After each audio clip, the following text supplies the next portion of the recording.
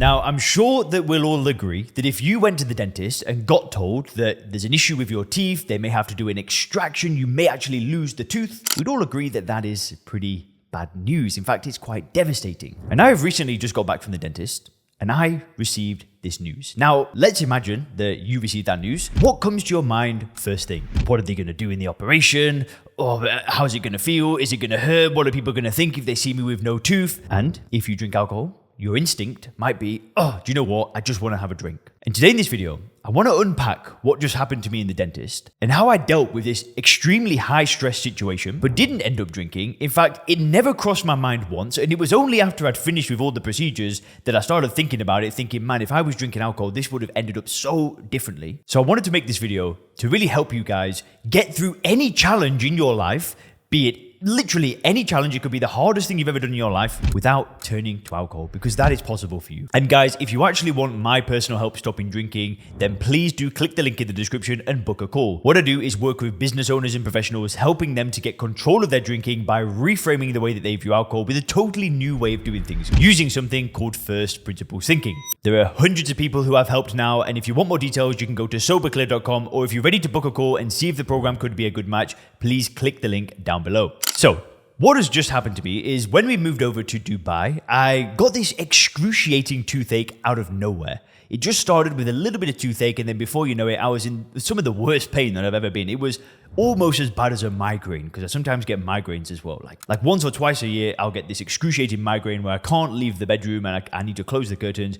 And it was in the same kind of level of pain. It was extreme pain. So I go to the dentist, and the dentist sits down, asks me all these questions, starts doing these checks, and then they say, the tooth is dead. And I'm like, what do you mean my tooth is dead? They say, yep. So a tooth can die from impact, and your tooth is dead. I'm thinking, whoa, what does that mean? And they said, we're going to have to do a scan. So they did an x-ray, and they showed me that the root canal of my tooth had closed up, because the tooth has been dead for a long time. I just had no idea. So the root canal had closed up, and this is all going to make sense, just bear with me. But what they said is that we've got two options. We either do this emergency procedure where we try to do a root canal where we drill into the root, try and find the root which is closed up, and then we can reach this abscess, because that's what's causing this pain. Or if that doesn't work, sadly, we have to remove the tooth. Now, luckily, we did the emergency procedure. They drilled down, they got the abscess, they put antibiotics in the tooth, it's all cleared up. Now, the day that I went to the dentist with the excruciating pain, there was very little stress for me because I didn't care what they did. I just wanted the pain to go away. So I wasn't stressed at all. I couldn't wait to get in that chair, and I was just like, do what you've got to do. Please just get me out of this pain. Zero stress. I was cool with it. I was slightly stressed about them removing the tooth, but I prayed. I just prayed, and luckily, it all worked out fine. Now, yesterday, I went back to the dentist for the final procedure. So they've done the 2 rounds of antibiotics, it's all cleared up, and now there's no toothache. I've almost forgotten that I've even got a problem in my tooth in the first place. And what he told me on the last appointment was that we have to go and put these metal rods in the tooth to keep the tooth strong, because the root canal has been opened so wide because it was so difficult to find the root canal that my tooth is very weak. So they have to put this stuff inside. Anyway, I was so stressed about going to this dentist to get these metal rods in my tooth. I was thinking, oh, here we go again. He's going to bring the pain back. I didn't know what was going to happen, but it was damn stressful. And I was just thinking about it in the morning. I'm thinking, oh, yeah, I don't like the dentist, right? Does anybody like the dentist? I don't know. But anyway, I was stressed because now I have no pain. And I'm thinking I'm going to have to go through this procedure, and it's uncomfortable and all this stuff. Anyway, I get to the dentist and it was fine. You know, it wasn't even that big of a thing. It was literally 10 minutes, zero discomfort, done, and I'm out of there. So why am I telling you all of this? Well, I've just dealt with 3 pretty stressful things. Number 1 was the toothache in the first place. The second thing was them potentially removing the tooth. And the third thing was going back for this final visit where I thought it was going to be really bad, and it wasn't even that bad. But either way, there was stress involved in all of those things. Now, when I got back home, I started reflecting on it, thinking, man, if I drank alcohol, all of these would have been excuses for me to drink to escape dealing with the pain. The toothache, or I'll have some drinks. Okay, I've just finished my first procedure, I'll have some drinks. Okay, I'm stressed about this final thing, I finished the final thing, I better reward myself with a drink. And that's what I would have done. That was exactly what I would have done. I know for a fact that would have been the perfect reason for me to have a drink, because I've just dealt with something difficult. I can reward myself now with some poison. Madness. And the whole point of this video, and why I'm making this video, is because I want you to know one thing. I will spend 80% of my time on this channel talking about the good things that will happen when you remove alcohol from your life. But Because 80% of the time, it's going to be next level. You're going to be crushing it. You're going to be super happy. In fact, no, it's not 80%. It's more like 99% of the time. Good things will happen in your life. But I'm going to be real with you.